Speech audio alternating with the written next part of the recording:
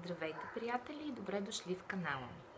Аз съм Дара и съм блогър, а от днес и влогър. Всъщност съм просто една кисела лелка. Майка съм на 2 деца и един възрастен.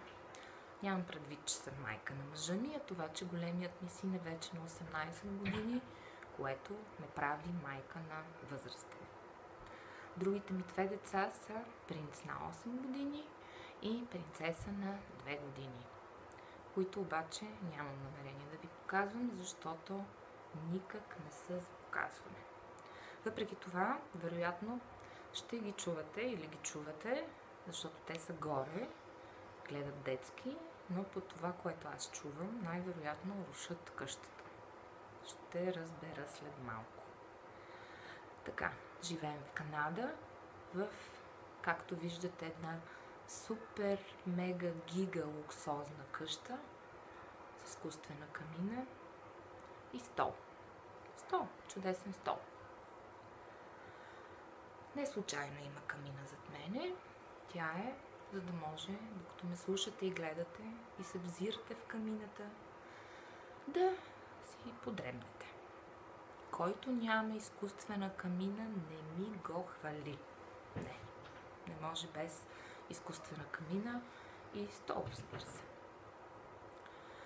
Така, това, че съм родила 3 деца, напълно естествено, наблягам естествено, не е изкуствено, ме прави абсолютен експерт по децата. Да, нищо, че всъщност нищо не си спомням от бебешкия период на първото ми дете и добре, че е така, иначе не бих родила второ. Аз не си спомням нищо и от бебешкия период на второто. Най-вероятно затова съм и родила и трето. Скъпи приятели, ето това е пъкления план на природата. Да не си спомняме нищо от ония ужасни периоди на реване и тръшкане. Иначе никой не би родил повече от едно дете. Наистина. Да.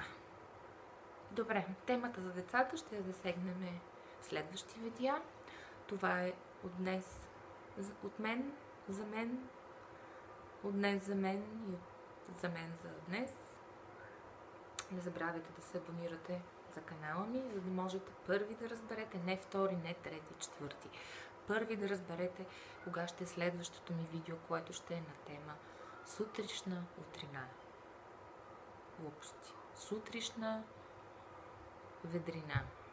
Сутрешна рутина. Каза.